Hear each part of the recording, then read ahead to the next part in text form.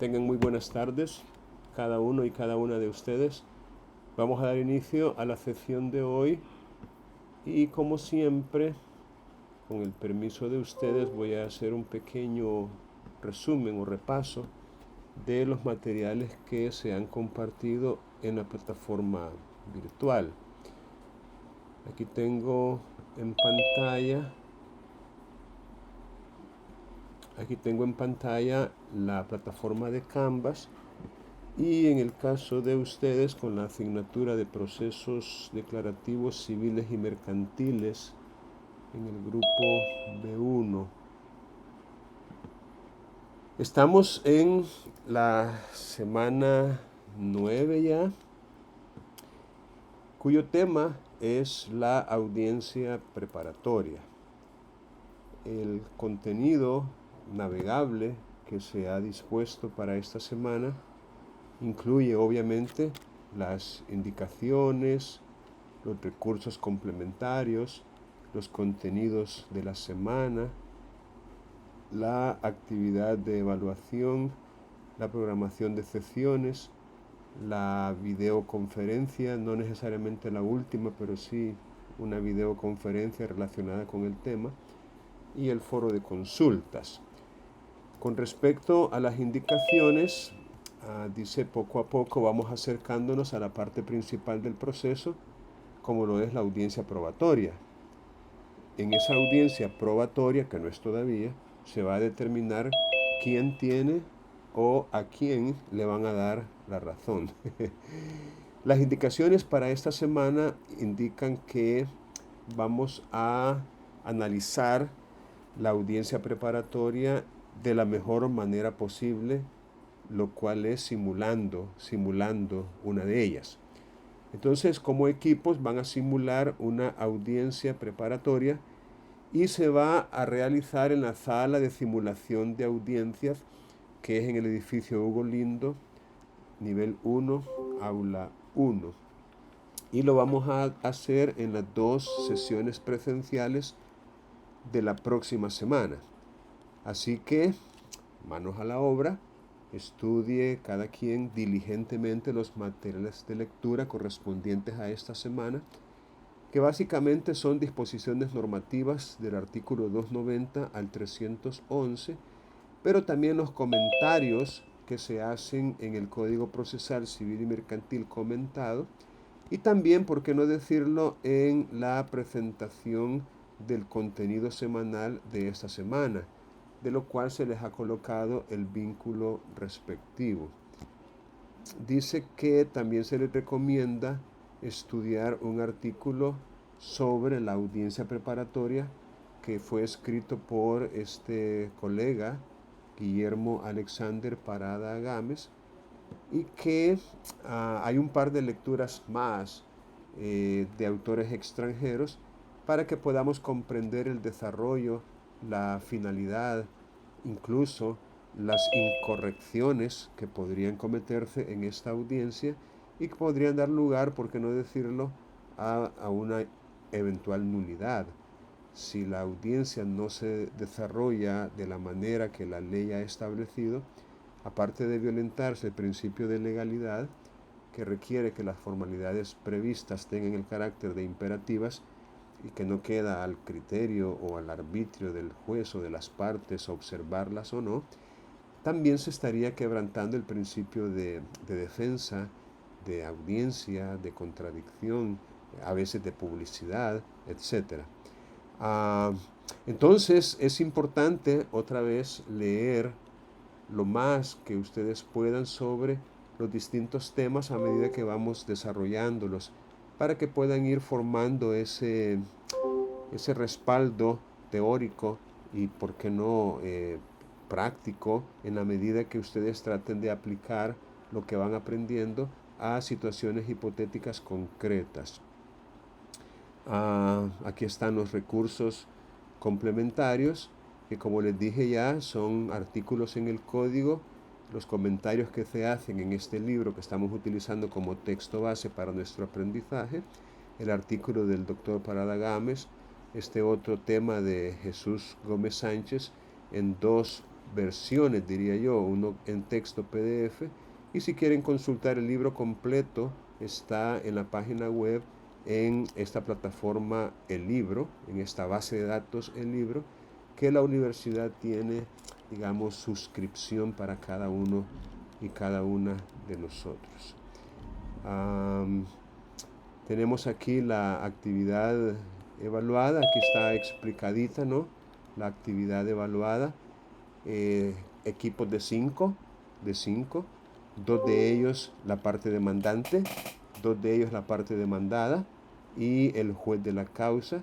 El caso será libre en el sentido de que pueden elegir el caso hipotético que deseen, que estimen conveniente, pudiendo ser civil o mercantil, no importa, pero deben distribuirse entre los integrantes del equipo las actividades propias de la audiencia, de tal manera que cada integrante del equipo deba participar. Es decir, ninguno puede quedarse sin intervenir. La audiencia, por supuesto, debe respetar íntegramente las fases o etapas de la misma, tal como está previsto en la normativa legal. Y la nota a ser asignada será integral, es decir, la nota será del equipo. Si como equipo sacan 8, ese 8 será para cada integrante. No se va a discriminar en el sentido de que alguien tuvo una intervención más destacada, más fundamentada, más elocuente, más persuasiva, más convincente, y que por ello va a sacar mayor nota que los demás. No, repito, la nota es integral. El desempeño de uno ayudará, para bien o para mal, al de los demás. Y eso sucede en la vida real. Si estamos integrando un equipo con otros colegas en un caso, pues ganamos o perdemos, pero lo hacemos todos. Van a entregar como evidencia un reporte simulando, ¿por qué no?, el acta de la audiencia, en el cual se va a describir el desarrollo de la misma como una especie de resumen sintético de lo que cada uno dijo o hizo en su intervención en lo esencial. Y la persona que representó el rol del juez va a subir al, al lugar, al buzón designado al efecto, ese reporte para efectos de evaluación. El límite para subir el reporte es las casi 12 de la noche del próximo domingo, no este, sino el siguiente.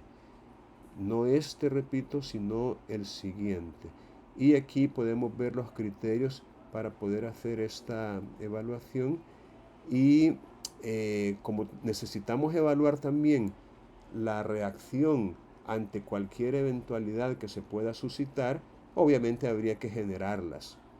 Digo, generar esas eventualidades para poder evaluar el tercer indicador, que es cómo han reaccionado ustedes ante ellas. Aquí pueden ustedes consultar la rúbrica y también pueden ir a la actividad evaluada para poder conocer en detalle todo esto.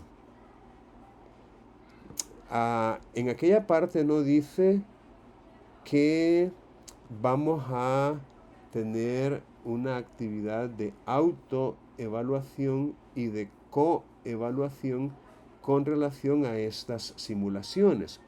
Se va a entregar un vínculo, un enlace en Question Pro, para que ustedes puedan cada uno autoevaluar su propio desempeño,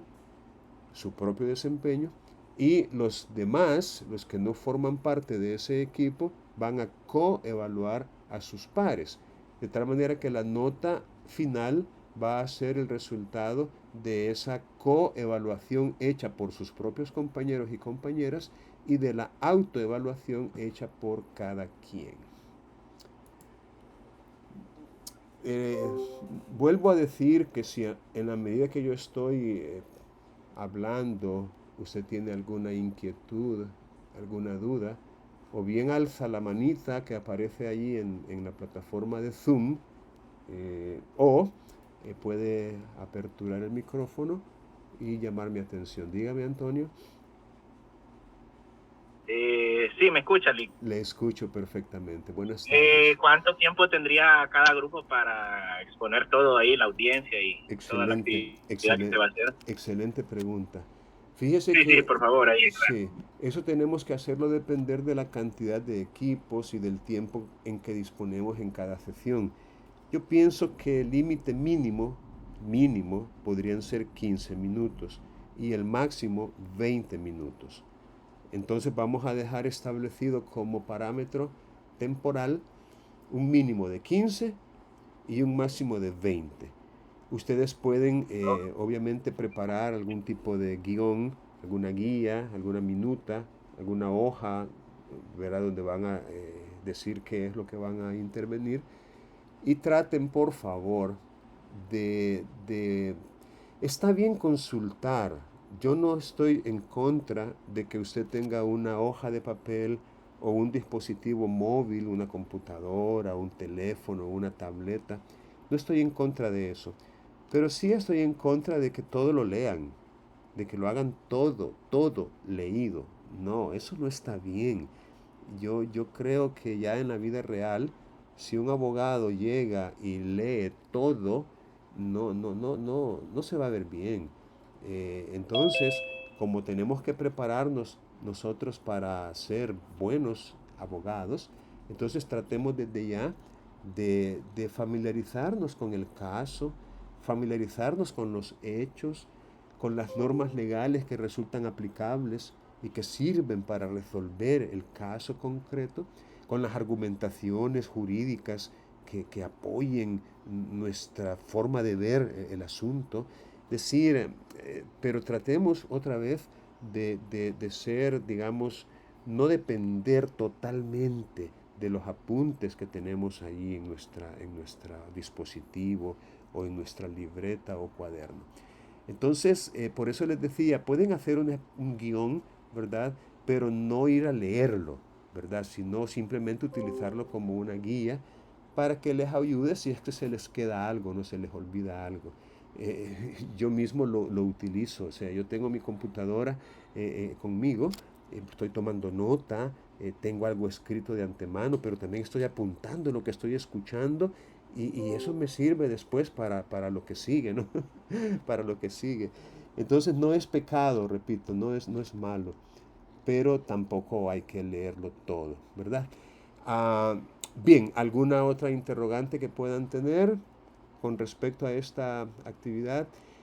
Miren, les cuento con relación a las notas del bloque de aprendizaje número 1 que lamentablemente no salí a tiempo este fin de semana porque se me asignaron un par de tareas y no he podido terminar.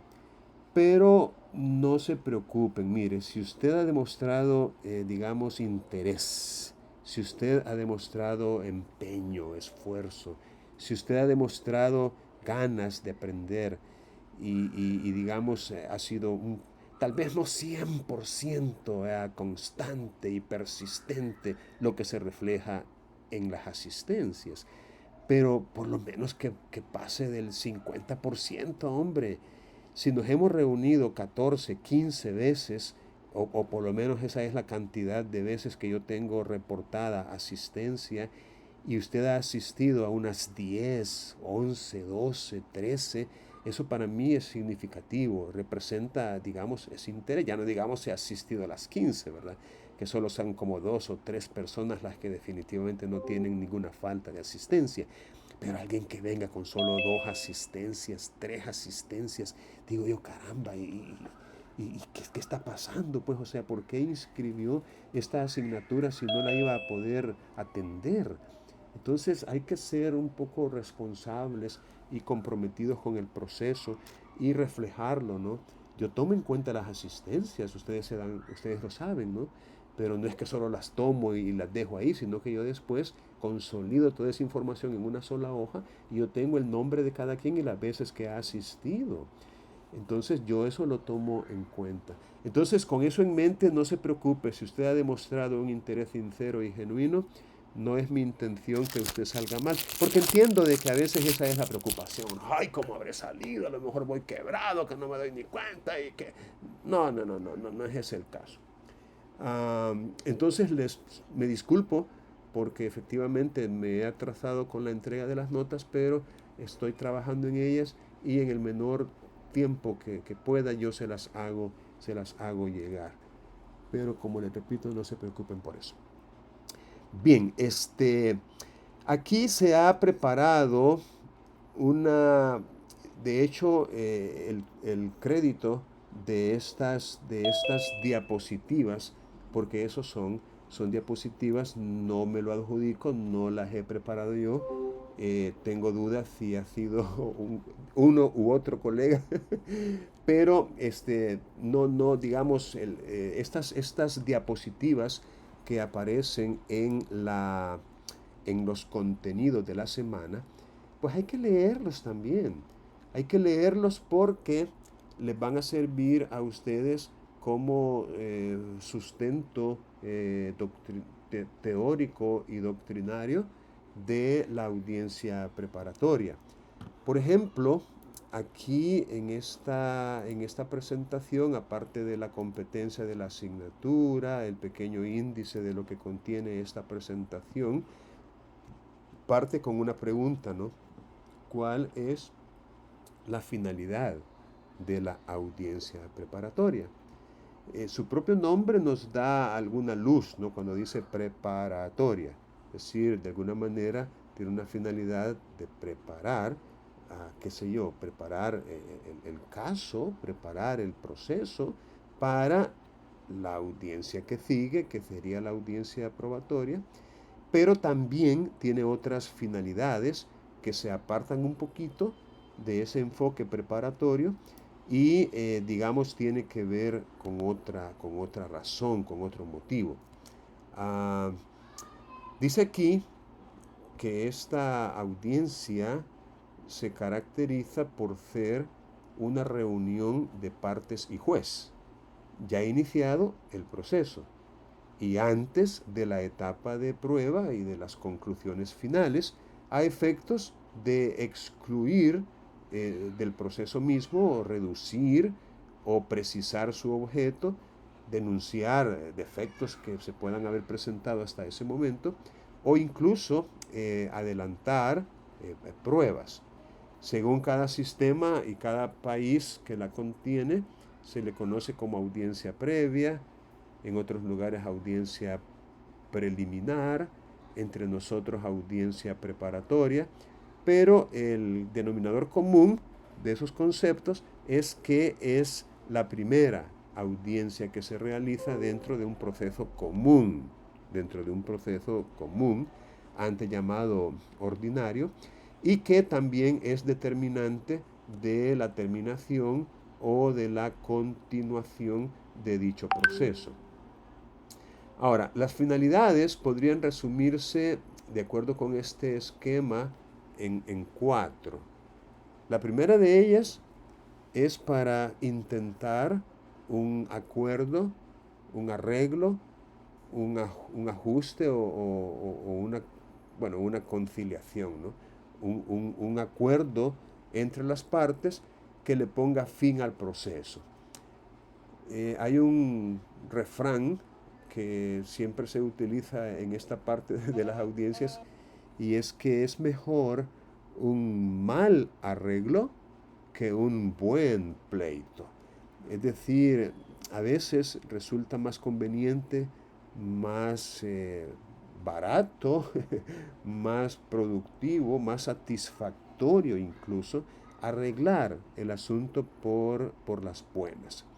Entonces, es importante esta fase de la audiencia porque si se llega a un acuerdo, lo más probable es que entre las partes, y me refiero a aquellos cuyo interés se está ventilando, puedan quedar en buenos términos, puedan terminar y salir tal vez conversando con un apretón de manos o qué sé yo, a diferencia de si es un tercero ajeno y extraño a las partes quien tenga que resolverlo con imperio. Me refiero, por supuesto, al juez de la causa.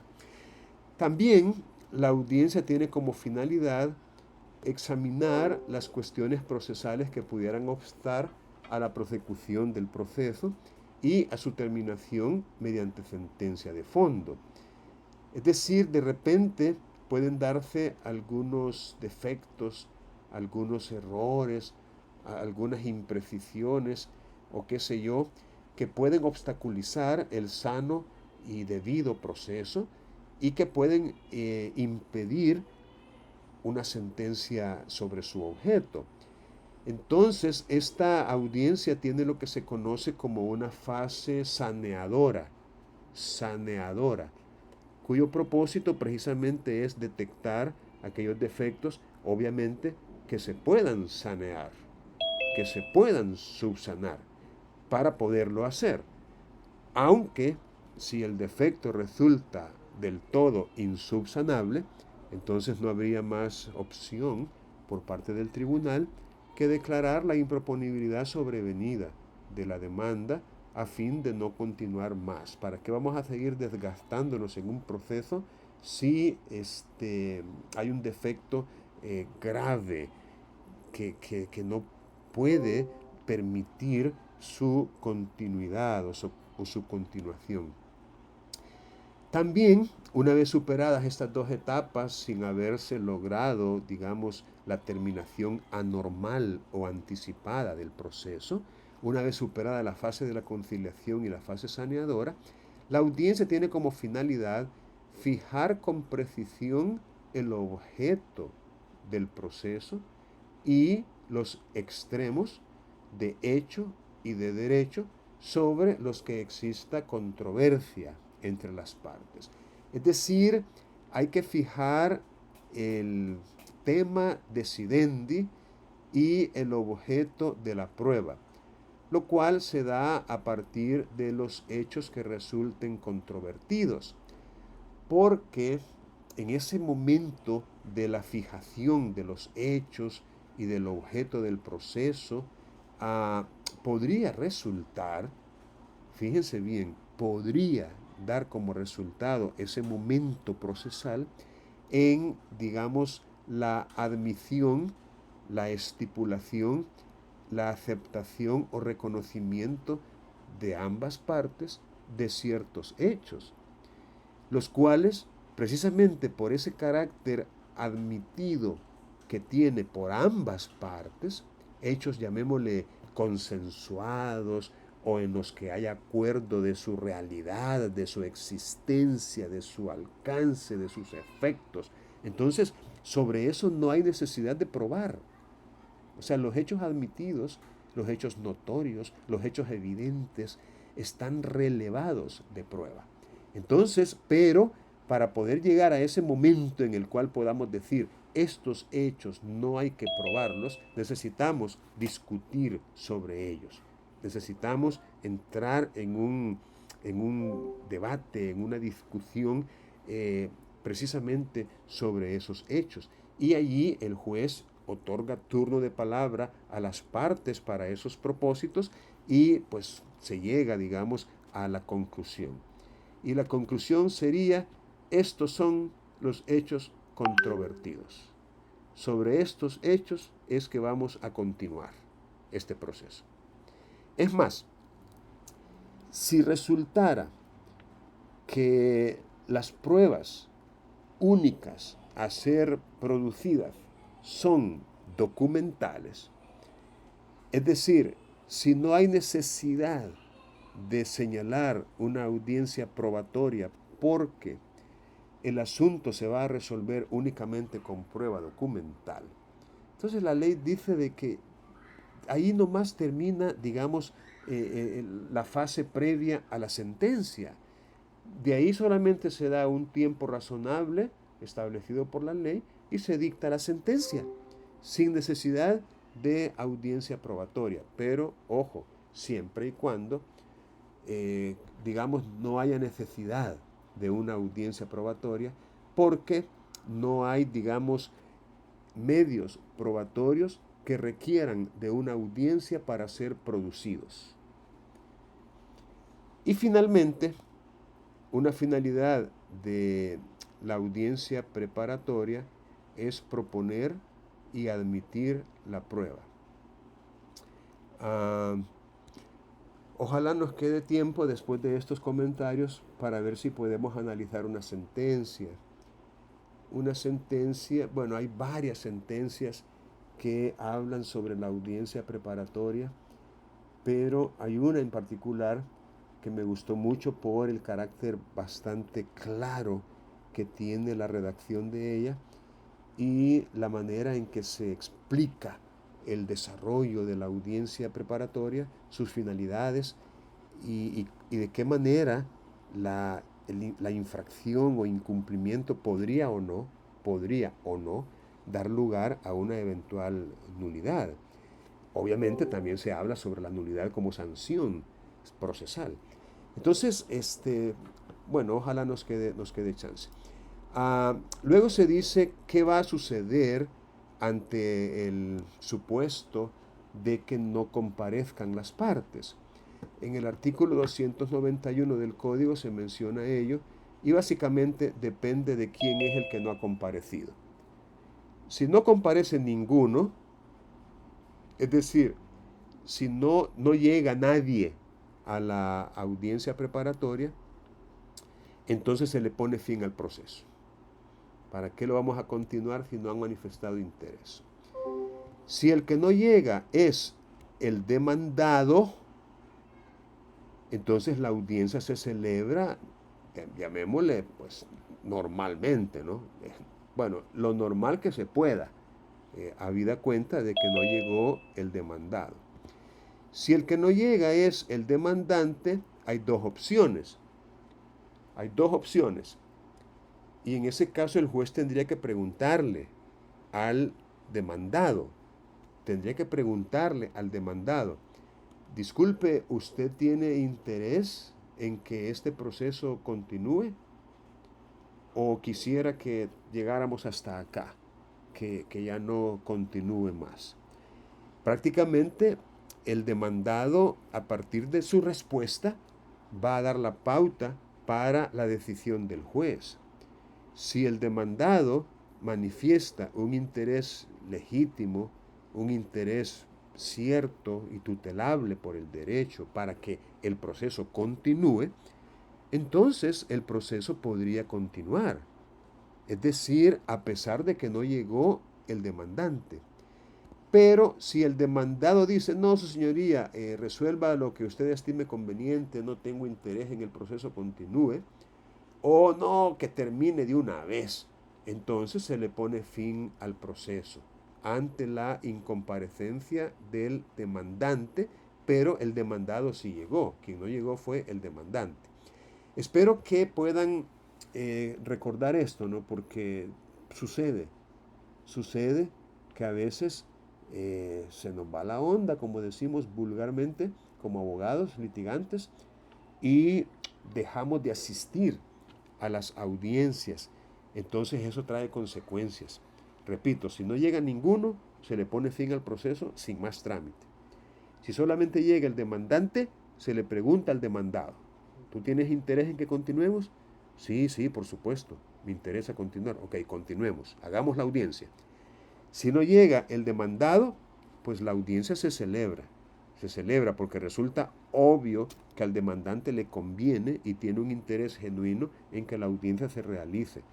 Pues ni modo, sin el demandado. Para eso se le convocó. Si no llegó es problema de él, muy de él. Ahora, hay una resolución de Cámara que me parece muy atinada en cuanto recomienda al tribunal que en el caso de incomparecencia no se apresure a pronunciar la resolución que le pone fin al proceso, que no se apresure, sino que abra un espacio temporal, un pequeño espacio, 1, 2, 3 días quizás, para poder, digamos, esperar por si alguna de las partes que no llegó presenta algún tipo de justificación. Miren, sigue siendo cierto aquel aforismo que dice que al impedido ¿cómo es que dice? Con justa causa no le corre término. Repito, al impedido con justa causa no le corre término. Eso significa que si a mí se me ha dado un plazo para realizar un acto procesal, pero yo no lo puedo realizar por una causa que es involuntaria y totalmente ajena y que escapa de mi poder controlarla, lo que se conoce como un caso fortuito o fuerza mayor, o justa causa, o causal justificada. Es decir, al impedido con justa causa no le corre término, es decir, no se le puede reprochar.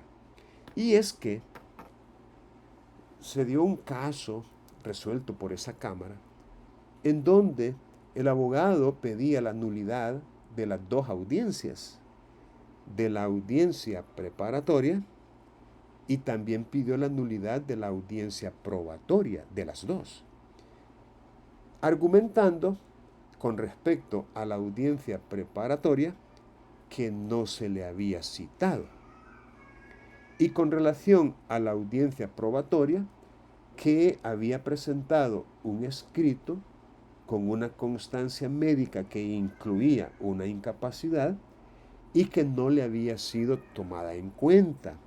Es decir, que no se había valorado en su exacta dimensión y que él estaba incapacitado precisamente el día en que se celebró la audiencia probatoria. Entonces viene la Cámara, después de admitir el recurso de apelación, leyó minuciosamente el expediente y descubrió que sí se le había citado vía fax a la audiencia preparatoria, al número de fax que él mismo había proporcionado. Fíjense qué interesante. Nosotros no podemos pretender sorprender la buena fe o tomarle el pelo a los tribunales. Eso no está bien. En principio no es ético. Estamos faltando, en mi opinión, a ese deber, a ese principio de lealtad, de probidad, de buena fe. No fui y no fui porque no fui citado. Y por ende la audiencia es nula porque no se me dio oportunidad de estar allí, de aportar prueba, de pedir su admisión, de fijar, bueno, imagínense las finalidades de la audiencia preparatoria y que no se le cite y que se haga la audiencia sin habérsele citado. ¿Y cómo espera que llegue si no me citó? Ok, argumentos totalmente válidos. Pero, ¿y si hay evidencia de que sí se le citó? Entonces el abogado queda mal, queda como un mentiroso. Sí, dígame, le escucho. ¿Será suficiente solamente el envío del fax? Muy buen punto. Muy buen punto. Porque en otro proceso que también leí por ahí, el abogado decía que no era suficiente, que el notificador tenía que cerciorarse mediante una llamada telefónica digamos, al número al cual se había enviado el fax para preguntar si efectivamente el fax había sido recibido, no bastando, según este argumento, el reporte de transmisión que queda en el aparato emisor. Porque recuerden que, no sé si ustedes tienen experiencia en el envío de fax, pero queda evidencia, queda un reporte de haberse transmitido en cierta fecha, en cierta hora, en cierto momento, a cierto número, un documento, una notificación. Entonces, este abogado decía de que en su opinión no era suficiente con ese reporte y que había que agregar esa doble, llamémosle, doble confirmación. Primera, el reporte, y segundo, un informe del notificador de que efectivamente había contactado vía telefónica a la persona y que había confirmado el recibido. Pero lamentablemente no le dieron la razón, sino que dijeron que basta y sobra el reporte, que es evidencia suficiente de que la transmisión se realizó. En otro caso, interesante para mí porque el notificador había cometido un pequeño error en la fecha. En la fecha él había puesto 4 de mayo, pero el reporte de transmisión decía 5 de mayo. Entonces la Cámara, cuando examinó el expediente, y fíjense que en eso las cámaras sí son muy acuciosas, son muy estrictas quizás, digamos, los magistrados con los colaboradores, de que lean bien, y lo hacen. Las salas también lo hacen, pero perfectamente. Entonces, en ese caso, la Cámara se dio cuenta de esa discrepancia. ¿Cómo es que el notificador levanta un acta de notificación vía fax y le pone fecha 4, pero el reporte de transmisión dice fecha 5? Y es que es relevante porque el escrito de apelación se presentó el que podía ser el día 5 o el que podía ser el día 6, dependiendo de cuándo se hizo la notificación. En el sentido de que si se había hecho el día 4, como decía el notificador en su actita que él redactó, entonces era extemporánea la apelación. Pero si se había hecho el día 5, como lo decía el reporte de transmisión, entonces la apelación se había presentado en tiempo. Entonces, dada la relevancia de ese dato, la Cámara, antes de admitir la apelación, libró un oficio al tribunal, al juez, diciéndole: señor juez, por favor, aclare, investigue ahí en su tribunal cuándo se hizo efectivamente esta notificación. ¿El día 4 o el día 5? ¿A quién le vamos a creer? ¿Al notificador en su actita o al reporte de transmisión? Y bueno, el juzgado aclaró, ¿verdad?, siempre mediante una comunicación oficial, que había sido un error del notificador y que se había hecho efectivamente el 5.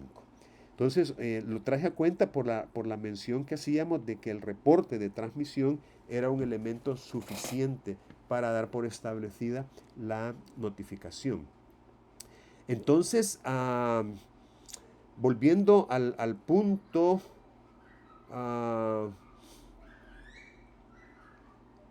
esta comparecencia a la audiencia preparatoria, en ese caso concreto, por haberse descubierto que sí se había hecho una notificación vía fax, pues obviamente se desestimó el recurso y no se declaró al lugar a la nulidad pretendida de la audiencia preparatoria.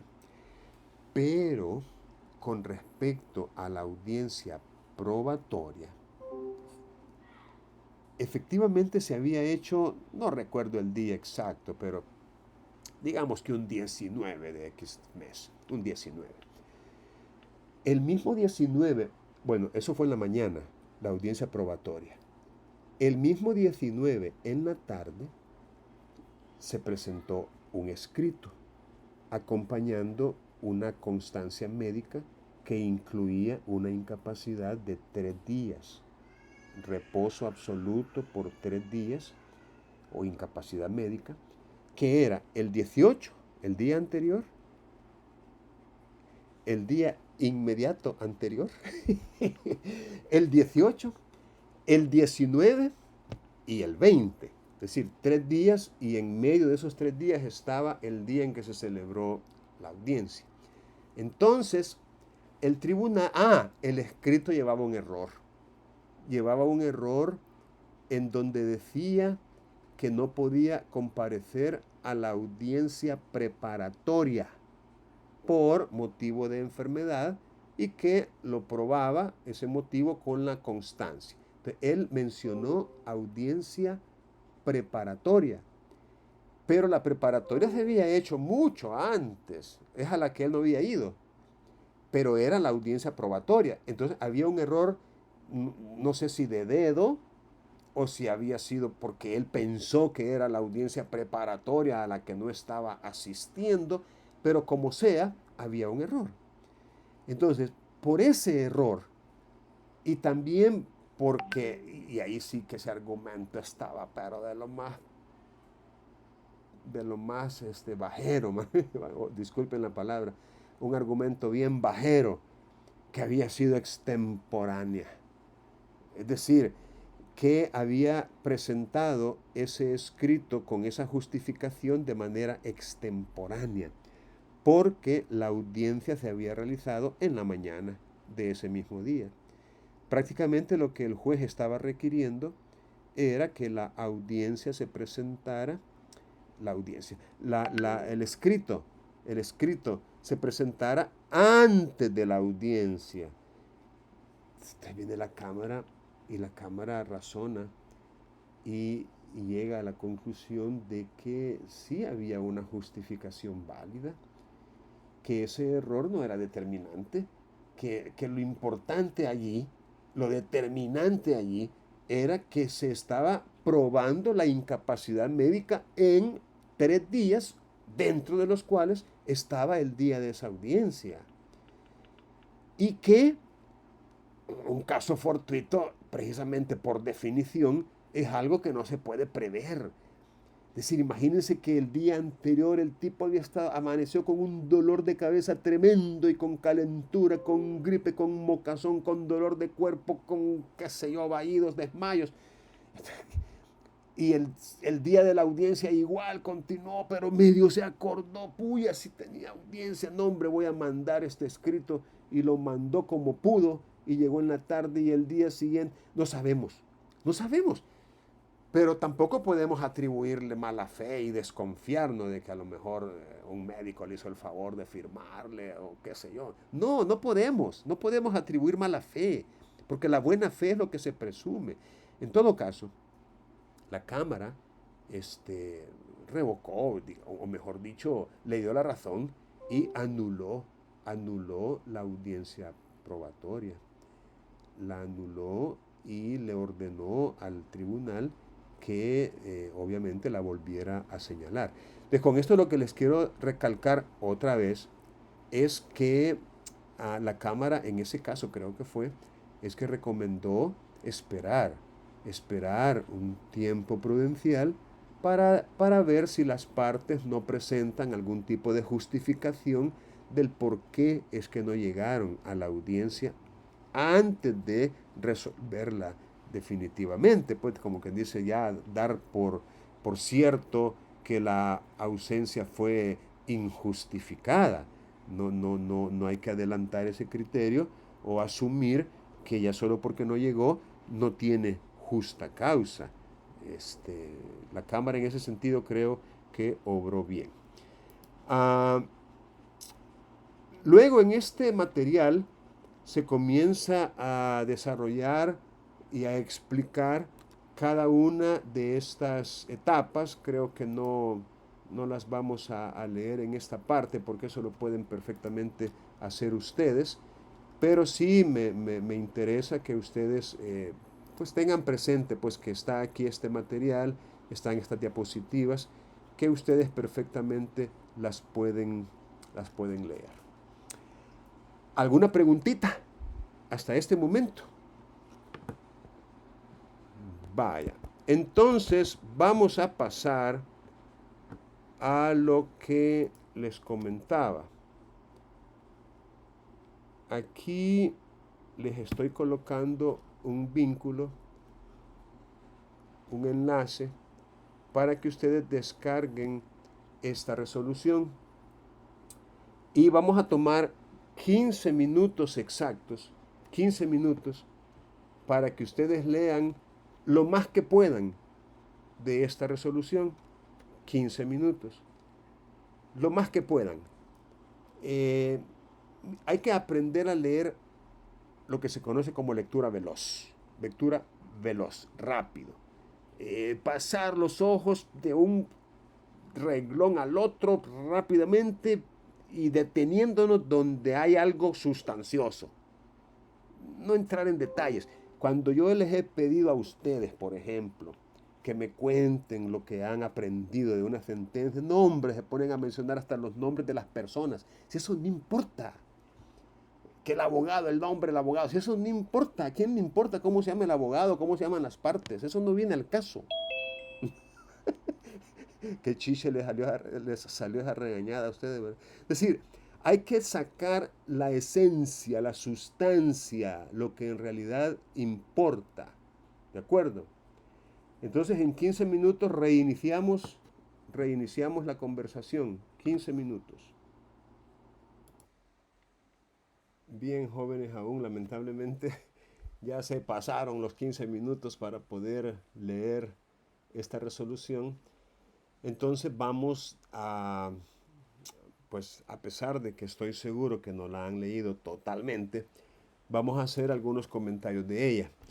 Yo la tengo aquí en pantalla ahorita y vamos a tratar, repito, de hacer algunos comentarios. El caso básicamente es un proceso declarativo común en el cual se pidió la existencia y el cumplimiento de una obligación. Esa obligación es la de pagar un legado instituido obviamente en legal forma en un testamento otorgado hace muchos años, en el 84, en el cual la testadora ordenó que se dividiera la casa donde ella vivía en dos porciones, una de 4 metros y fracción por todo lo que tiene de largo y la otra de 9 metros y fracción. Y esa porción de 4 metros y fracción, 4 metros 56, ordenó que se le diera a una sobrina. La señora falleció. Bueno, el obligado a pagar ese legado era el heredero declarado en ese mismo testamento. Supongo que era tal vez algún hijo de la señora. Entonces, resulta que este señor no cumplió con ese legado establecido, repito, en el testamento. Pasó el tiempo y en el 2009 hizo testamento él.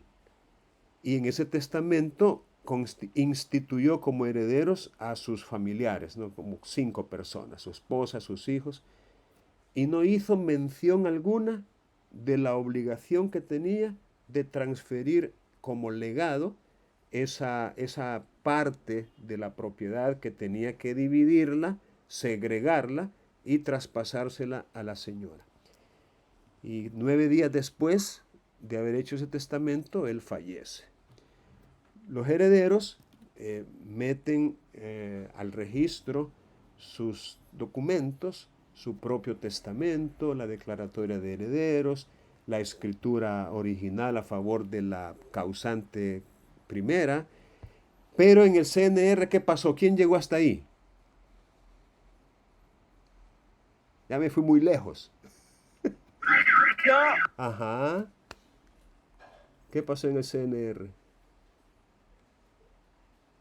parece que decía que no la inscribieron porque ahí mencionaba esa parte de que a ella le tenían que dar ese legado. Exacto, excelente. Se toparon con que el registrador que observó esa documentación reparó la existencia del legado. Y es que miren, cuando se hace un traspaso por herencia y es testamentaria, se inscribe no solamente la declaratoria y el testimonio original, la escritura original de la propiedad, sino que también se inscribe el testamento. Ahora, yo no estoy 100% seguro, no he hecho un análisis tan profundo en cuanto a si el registrador hizo bien o hizo mal. Me parece que se extralimitó. Como quien dice, no me parece que haya sido motivo válido para observar el trámite. Lo cierto es que lo hizo. Y obviamente al interior del registro hay mecanismos de impugnación para hacer valer el derecho. Y lo cierto es que él observó el trámite. Entonces viene la abogada de la sobrina de la testadora original, porque recuerden que hay dos testamentos, uno del 84 y otro del 2009. Entonces viene la sobrina, la legataria, aquella a quien no se le hizo la entrega de esa porción del inmueble de 4 metros con 56 milímetros, y demandó. Pero demandó en un proceso declarativo común de existencia de obligación y cumplimiento de la misma. Cuando se contesta la demanda, la abogada de los herederos del segundo testador, los que no pudieron inscribir sus papeles en el registro, viene y alega varias cosas, obviamente. Miren, a mí me gusta mucho la forma de razonar y los argumentos jurídicos planteados por esta abogada. Me gustan muchísimo. Me parecen sustentados y me parece que es una profesional que sabe. Incluso mucho más que la abogada que presentó la demanda. Estoy haciendo entonces una crítica de que está bien para mí, obviamente. Entonces viene esta abogada y dice, aquí se utilizó una vía procesal que no era la idónea, porque, argumenta ella, la obligación no tiene por qué ser declarada su existencia. La obligación ya existe, ya está constituida en el testamento. Es decir, no hay por qué hacer un proceso común, declarativo, sino un proceso diferente. Obviamente, ella no se atrevió a mencionar cuál es la clase de proceso que debió haberse entablado, lo cual me parece correcto también, porque yo no le voy a decir como abogado a otro abogado lo que tiene que hacer. Entonces, me parece bien que no haya dicho que lo que procedía era un proceso especial, un proceso ejecutivo, porque ella tenía en sus manos un testamento que le constituía en acreedora cierta y un deudor cierto, el heredero, a quien se le impuso la obligación de pagar ese legado. Ok, pero no se queda allí, digamos, el asunto, sino que cuando se hace la audiencia preparatoria, se dan algunas situaciones que a juicio de esta abogada de la parte demandada, de los herederos del segundo testador, se dan ciertas situaciones que para ella implican una violación a los principios y a las garantías del debido proceso. Y ella relata de manera muy pormenorizada esos errores, esos defectos, esas impropiedades que ella encuentra. Pero el punto es que el juez, al final, en la audiencia probatoria y en vista, fíjense bien, de que la abogada de los demandados no llegó a la audiencia, viene el juez y en una resolución cuestionable y cuestionada, porque se apeló de ella, dice de que, quiero ver si encuentro las palabras literales, pero como que hubiera habido una renuncia de los medios probatorios ofrecidos en la audiencia preparatoria y también de la excepción de prescripción.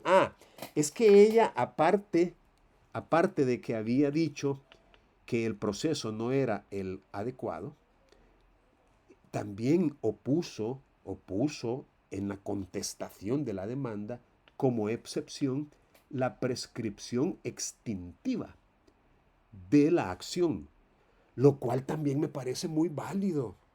Es que miren, las obligaciones no están diseñadas para existir perpetuamente por los siglos de los siglos. Las obligaciones están supeditadas a ser exigidas dentro de cierto plazo. Y si no se hace, si no se ejerce un derecho que se tiene dentro de cierto lapso de tiempo establecido por la ley, prescribe la acción, se termina la acción, quedando, obviamente, como una obligación natural.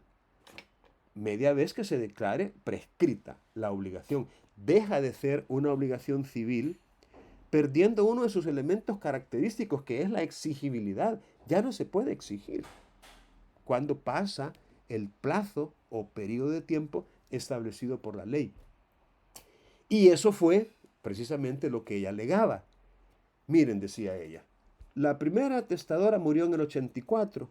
Ya pasaron más de 33 años desde que la obligación se volvió exigible y por ende ya está prescrita. Así que le pido, señor juez, que declare prescrita la obligación. Y la prueba está en la partida de defunción de la señora, en el testamento mismo y en el hecho de que el causante segundo, o sea, el segundo testador, resultó ser el obligado a pagar. Y esta señora, decía ella en su alegato de defensa, no es cierto, decía ella, que no se haya cumplido así como lo dice en la demanda. Lo que pasa es que ella nunca exigió el cumplimiento. Nunca ella le exigió a los obligados a que cumplieran. Bueno, en la demanda se había dicho que se habían hecho pláticas y esfuerzos y que la gente esta con soberbia y con prepotencia no querían cumplir y que por eso acudía al órgano judicial. Lo cierto es, repito, que en la audiencia probatoria, como consecuencia o como efecto de no haber llegado la abogada a la audiencia, y es que la abogada dice que no llegó. Y aquí está lo que les digo, miren, pónganse las pilas. Cuando ustedes sean abogados, no traten de sorprender a los tribunales. Se pueden ir en la chicagüita como se fue esta abogada. Porque ella dice que no llegó. Porque, y se puede ver en la grabación de audio y video que se hizo, fíjense, o sea, qué atrevida, ¿no? Como se puede ver en la grabación que quedó en el audio, no hubo señalamiento. En esa audiencia no hubo señalamiento de la audiencia probatoria. Recuerden que la primera parte, lo último que hay que hacer en la audiencia preparatoria es señalar día y hora para la audiencia probatoria. Y una vez señalada día y hora, ya quedan legalmente notificadas de esa fecha y legalmente citadas las personas que han asistido a la audiencia preparatoria. O sea, no se les va a volver a citar. Sí, ahí quedan citadas, ahí quedan notificadas, ahí quedan ya entendidas de la convocatoria que se está haciendo para la audiencia probatoria. Entonces, esta abogada, y ahí creo que la regó, bueno, mi consejo para ustedes es que si van a invocar una grabación como prueba, véanla bien. Véanla bien, toda, y concentrados en lo que están viendo, no como cuando están en sesiones virtuales, que están haciendo otras cosas. Es decir, véanla bien, para no cometer el error que cometió esta colega.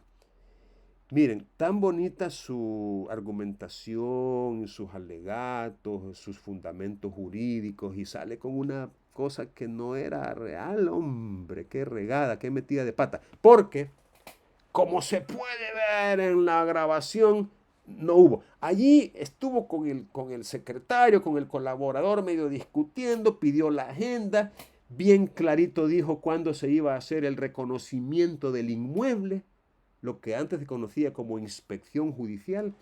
Ahí quedó la fecha, la hora para el reconocimiento, pero nunca se dijo fecha y hora para la audiencia probatoria.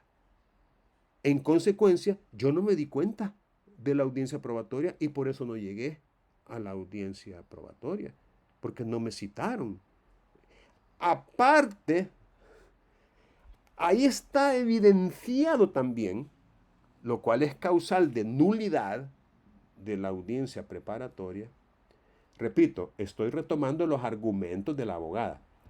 Además, dijo, se nos hizo firmar en blanco. Ahí bien clarito dice de que si tienen confianza, ¿verdad? Si no, pues ahí le ponemos después que se ha retirado. Pero si tienen confianza, pueden firmar. Yo le firmo, yo tengo confianza, dijo la abogada demandante.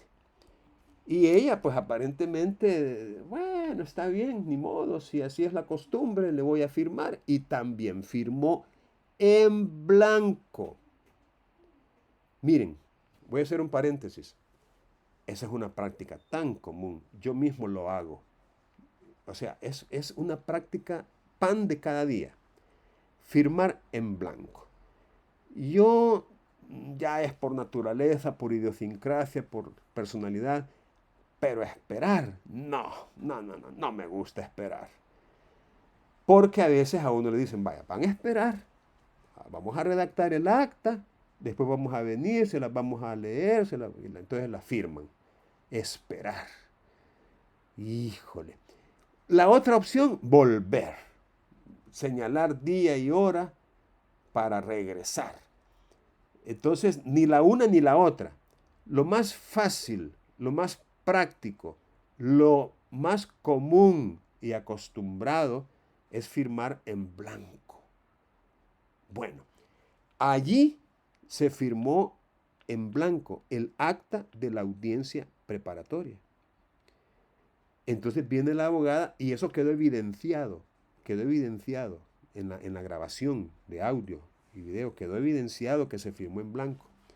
Y la abogada lo quiso utilizar como argumento adicional para alegar la nulidad de la audiencia preparatoria. Miren, la cacha es permitida. O sea, ella hizo todas las herramientas, todos los cartuchos de que disponía para dispararlos, porque con alguno de ellos podía pegarle al pato. Entonces, ella utilizó muchos argumentos en su recurso de apelación y ese fue uno de ellos. Pero la Cámara, y ahí yo quiero que ustedes analicen detenidamente las infracciones denunciadas para la audiencia preparatoria, que es la que nos interesa, es la que estamos estudiando, es de la que estamos aprendiendo. Lean las infracciones que ella denunció puntualmente. No, que en la audiencia, cuando se le pidió a la abogada de la demandante que estableciera y precisara la pretensión, ella viene y dice que palabras como, no, que yo quiero que se le reconozca el derecho que tiene mi cliente de la propiedad. O sea, palabras que no corresponden quizás a un lenguaje técnico. Palabras que no son en realidad las que se tienen que utilizar para determinar la pretensión. Entonces viene el juez, fíjense bien, el juez y le pega una ayudadita. Y le dice literalmente, el cumplimiento delegado. Sí, el cumplimiento delegado. En la audiencia preparatoria. Entonces, como quien dice, te voy a ayudar a que me digas en forma correcta la pretensión. Tengo una luz aquí que se está apagando. Entonces, eso también lo denunció como un defecto, como un vicio para ella, causante de nulidad por la indefensión y, digamos, la parcialidad demostrada por el juez. Entonces, también viene y dice, y cuando me dio la palabra a mí, para que yo fijara la pretensión, me interrumpió y dijo, por favor, diga cuáles son los elementos de prueba que usted va a ofrecer. Es decir, se saltó, omitió algunas de las finalidades de la audiencia preparatoria, porque teníamos que fijar primero la pretensión y el objeto de la prueba primero. Y después, y hasta después, hablar ya sobre los medios probatorios, a efecto de ofrecerlos y discutir sobre su admisibilidad o sobre su rechazo. Pero no, a mí me interrumpió. O sea, cuando yo iba por la segunda y tercera parte, según las fases de la audiencia, el juez se saltó y se pasó a otra. Y eso también es una causal de nulidad, argumentaba ella en su resolución. Y no recuerdo qué otro argumento utilizó con relación a la misma audiencia preparatoria, aduciendo que eran motivos de nulidad de la audiencia. Lo cierto es que también se refirió a lo sucedido en la audiencia probatoria. Y allí es donde está, como decía Cantinflas, el detalle. Allí está el detalle. Porque, y hoy sí, quizás no importa cuánto tiempo me tome, pero quiero leer textualmente lo que dijo el juez en la audiencia probatoria.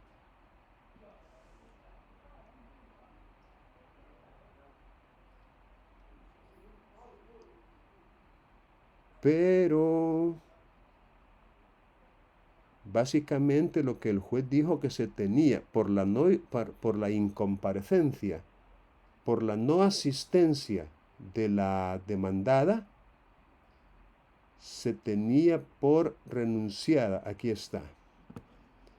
El acuo en su página 16 expresa, con relación a las peticiones, alegaciones y pruebas presentadas realizadas por la parte demanda, aquí sería demandada, se tiene por renunciada a la prueba ofrecida, así como a la excepción de prescripción alegada, por no haber comparecido a la celebración de la audiencia probatoria. Estas son las palabras literales que utilizó el juez acuo, el juez de primera instancia, en la audiencia probatoria. Como quien dice, le dio a la incomparecencia un efecto sumamente negativo. Aquí surge la pregunta. ¿Creen ustedes que tuvo razón el acuo al tener por renunciada a la prueba ofrecida en la audiencia preparatoria y también por renunciada a la excepción de prescripción extintiva que se había opuesto en la contestación de la demanda? ¿Quién me gustaría opinar? Quiero escuchar a uno de ustedes. A dedo, David Rivera. ¿Qué opina al respecto? 1, 2, 3, 4, 5. Diego Herrera. 1. Miren, sus nombres están apareciendo. Se van a hacer famosos ustedes. 2, 3, 4. Carlos Rafael. 1, 2, 3, 4, 5. Se ve que dan la cara por el grupo ustedes.